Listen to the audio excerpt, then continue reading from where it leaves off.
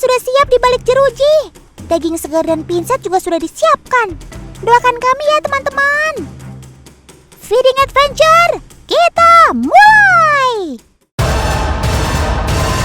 Tolong! Singanya naik ke atas truk.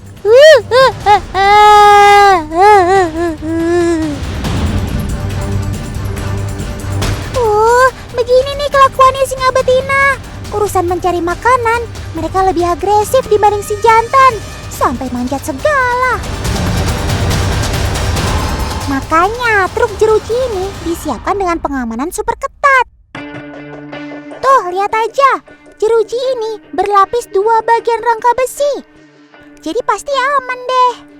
Otan malah lebih takut kalau singa betina ini buang air sembarangan.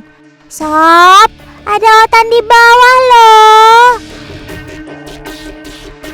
Saat truk jeruji masuk ke kandang singa, kucing besar ini langsung menyerbu dan agresif kepada para pengunjung. Perilaku seperti ini sama ketika mereka berada di alam, teman. Saat mangsa terlihat, mereka akan langsung berlari mengejarnya. Tahu aja kita bawa makan siang untuk kalian, sob. Ih, ini nih yang Otan takuti dari si raja hutan. Suaranya stereo. Nggak perlu pakai speaker lagi, sob. Kenceng dan bikin nyali ciut. Teman, singa dipercaya memiliki raungan yang paling keras di antara kucing besar lainnya. Auman mereka dapat didengar hingga 8 km. Cakep. Mereka mengaum salah satunya untuk menjaga wilayah dan mencari anggota kelompok yang pergi mencari makan.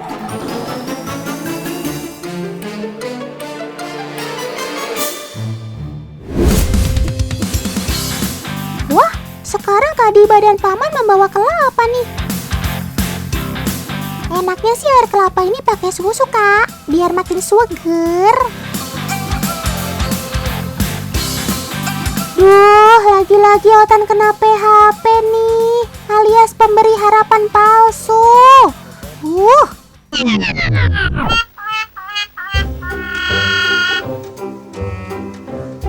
Teman, kelapa ini merupakan salah satu bentuk enrichment atau pengayaan yang dilakukan oleh pihak Taman Safari Prigen. Kelapa tersebut nantinya akan dikupas oleh singa secara perlahan, teman. Meski mendapat julukan Raja Hutan, ternyata kekuatan gigitan singa gak jauh lebih kuat dari jaguar atau harimau.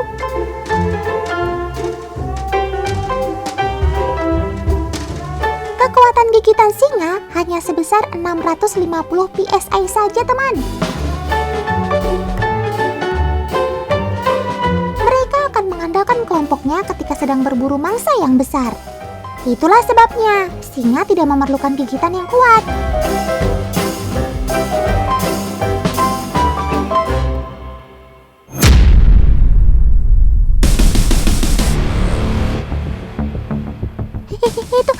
Itu kok bisa sih kuku singa keluar dari kakinya secara tiba-tiba? Serem. Inilah salah satu kelebihan singa ketika berburu, teman. Kuku mereka dapat keluar masuk sesuai dengan kondisi pada saat itu. Kalau sudah begini sih, mending Otan kabur.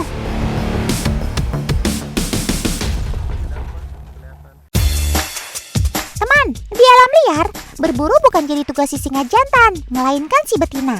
Itu karena singa betina punya badan yang lebih ramping, sehingga larinya lebih cepat dari singa jantan, mencapai 80 km per jam. Adu lari sama mangsa, dijamin menang deh.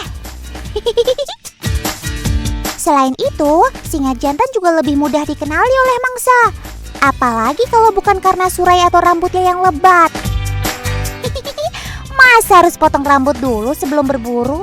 Yo wes, kamu jaga kandang aja ya, sob.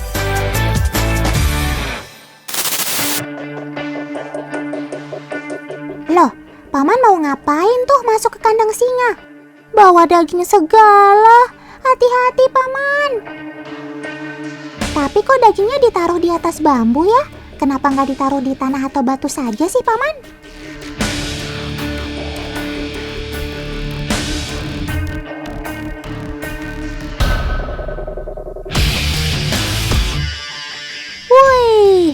Tahu dari mana kamu Sob kalau di sana ada daging? Padahal kan Otan belum kasih tahu kalian. Saat berburu di alam, Sobat Otan ini sangat mengandalkan penciumannya teman. Singa dapat mencium mangsanya dari jarak yang cukup jauh. Walaupun daging tersebut kita sembunyikan di antara bambu, tetap saja mereka bisa menemukannya. Cakep. Lihat deh teman, perilaku yang menggemaskan ini. Sama seperti kucing pada umumnya ya. Mereka suka sekali bermain sesuatu yang bergerak. Tapi kalau kamu yang Otan ajak main, serem juga sih.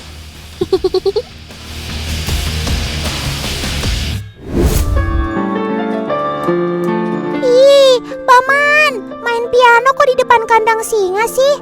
Hati-hati diterkam. Serem. Tapi kok malah kebalikannya ya? Sobat-sobat Otan ini malah terlihat sangat menikmati permainan piano dari Paman Mario. Pertunjukan musik di depan kandang hewan ini berlangsung di kebun binatang kota Charlie, Kolombia teman. Ada tujuannya loh.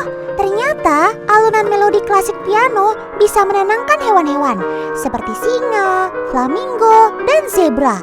Cakep!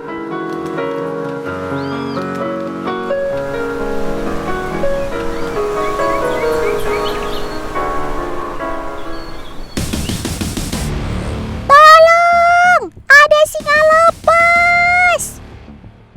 Teman-teman lihat nggak? Itu singa laut! Maaf, lautnya belum kesebut.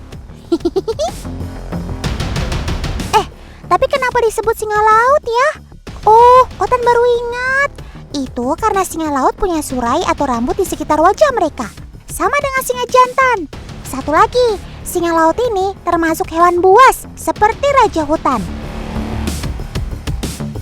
Nanti deh Otan kasih tahu apa yang bikin singa laut ini tergolong hewan buas.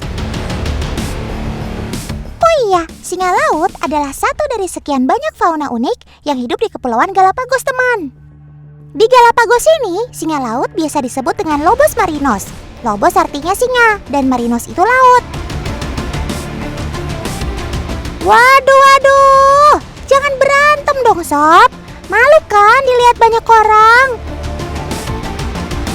Hal ini memang biasa terjadi teman, jika terjadi perebutan wilayah atau makanan.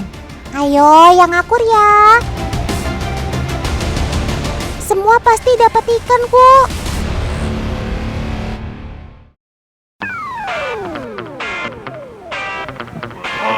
Di sini, sobat-sobat Otan ini hidup liar.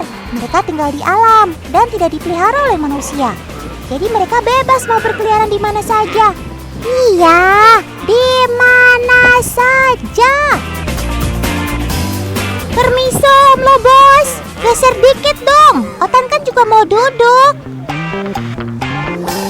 Duh, iya. Otan ngalah deh sama Kamsi, anak kampung sini. Mending Otan main di pantai aja ah. Wah, ternyata di sini sama aja. Mereka ada di mana-mana. Ada yang berenang, ada yang asik tiduran di pasir, ada yang lagi main sama turis. Hai, Otan gemes lihat Dede Lobos ini. Nah, karena sudah terbiasa hidup berdampingan, singa laut ini sama sekali nggak takut dengan manusia ya. Turis-turisnya juga nggak terganggu dengan kehadiran geng Lobos ini. Mereka malah senang karena bisa foto-foto. Tapi meski lucu dan menggemaskan, jangan sekali-kali mengganggu mamalia yang satu ini ya guys. Soalnya mereka termasuk binatang buas. Selain tubuh mereka yang berukuran jumbo, senjata utama mereka ada di gigi. Singa laut memiliki 34-38 gigi yang digunakan untuk menangkap dan merobek mangsa. Mereka tidak menggunakannya untuk mengunyah karena makanan ditelan secara utuh. Gigi si singa laut ini juga bisa digunakan untuk menghitung umur mereka loh. Pada gigi taring mereka terdapat cincin seperti kambium pada pohon. Dari banyaknya lingkaran ini bisa diketahui umur si singa laut. Dan di alam, singa laut bisa hidup hingga 20 tahun. Singa laut yang ini sih nggak kelihatan buas-buasnya. Mereka malah lucu dan pintar banget dengan aksi akrobatiknya. Sobat Otan ini punya 4 flipper loh. 2 di bagian depan dan 2 di bagian belakang. Keduanya punya fungsi yang berbeda, teman. Flipper bagian depan berfungsi untuk mendorong, sedangkan bagian belakang berfungsi untuk mengarahkan badan saat berenang.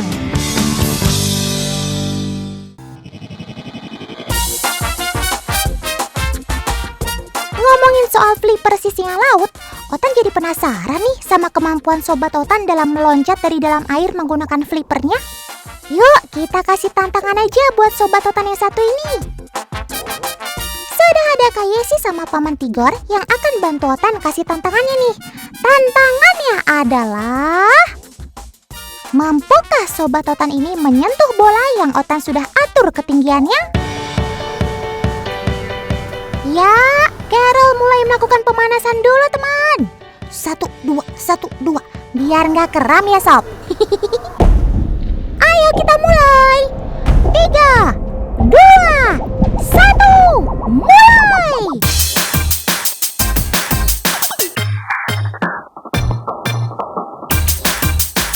Dan berhasil.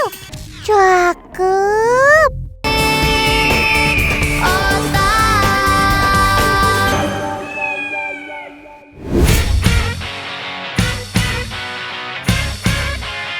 Nah, udah siap nih, jalan-jalan yuk. Cihuy, Otan semangat banget nih mau nemenin Kak Gaby jogging. Apalagi joggingnya sama adek bayi. Ayo Kak, Otan bantu jagain dede bayinya. Kak Gaby, istirahat sebentar dong. Otan mulai capek nih. Mungkin dede bayinya juga gerah di dalam stroller. Yuk main sama teman baru yuk, Kombi. Loh, ternyata isinya bukan dede bayi toh. Meskipun sama-sama kecil, ini mah bukan bayi, tapi ferret. Walah, lagi-lagi Otan salah maning. Nah, kalau sama Guguk sih, Otan gak khawatir akan berantem. Tuh, lihat aja, malah akrab banget kayak lagi arisan RT.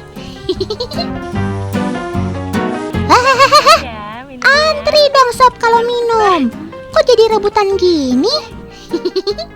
Otan dari tadi nunggu dapat giliran juga nih.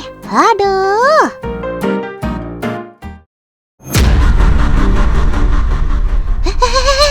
Kamu kenapa Sob? Waduh, kamu keracunan ya? Tolong selamatkan Sobat Otan ini. Tidak, dia semakin menggeliat di tanah. Otan takut banget kamu kenapa. Sob, coba kasih Otan clue sedikit. Hah? Apa? Oke, Otan bantu ya. Om Editor, tolong bantu Otan memecahkan masalah ini ya. Kita cari tahu kejadian sebelum ini semua terjadi.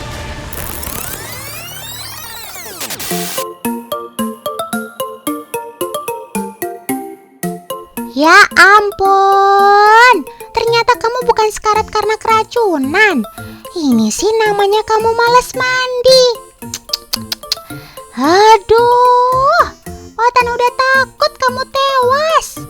Jadi kamu tuh guling-gulingan di rumput buat keringin badan ya? Ampun deh, Otan ketipu mulu sama Sobat Otan yang banyak akal ini.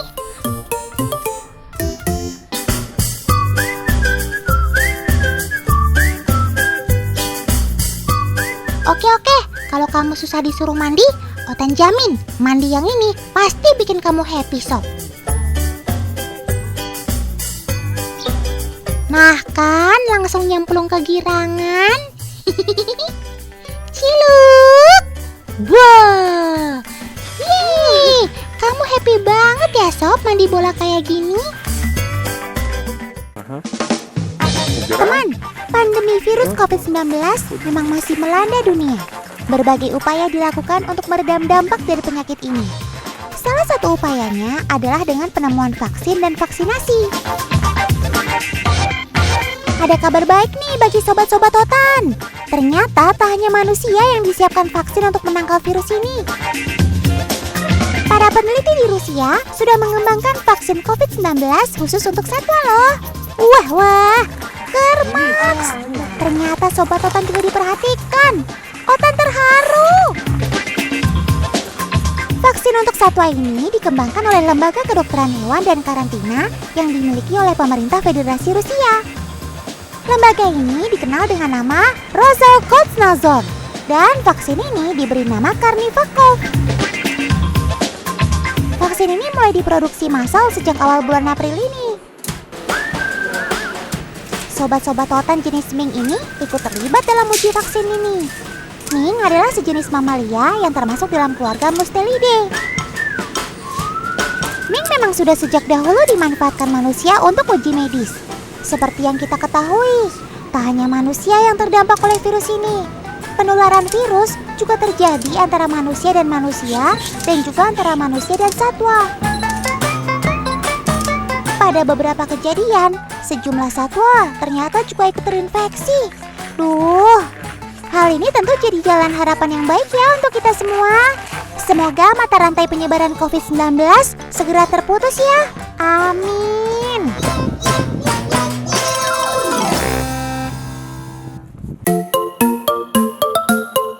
Teman, selain mink, ternyata sepupunya, yakni si ferret, juga berguna sejak lama untuk manusia.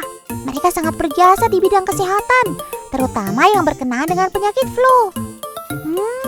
Pasti kalian bertanya-tanya, apa hubungannya ferret dengan flu biasa, flu burung, ataupun jenis flu lainnya? Untuk menjawabnya, kita tanya ke ahlinya aja ya.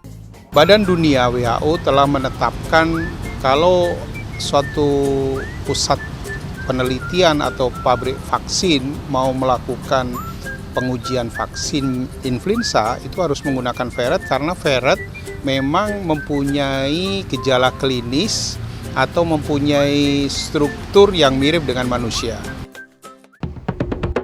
Teman, Otan sedang berada di dalam laboratorium biosafety level 3 nih. Laboratorium jenis ini membutuhkan keamanan tingkat tinggi. Lihat saja, para peneliti diharuskan memakai pakaian khusus.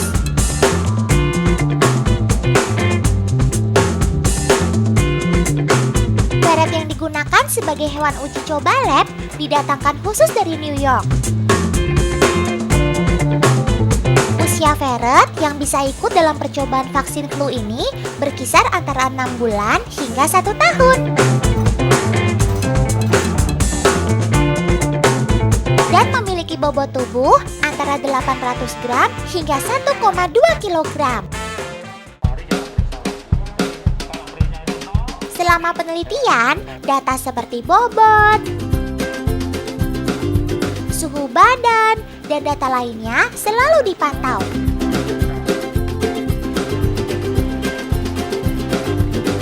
Karena hasil akhirnya adalah vaksin yang berguna untuk manusia.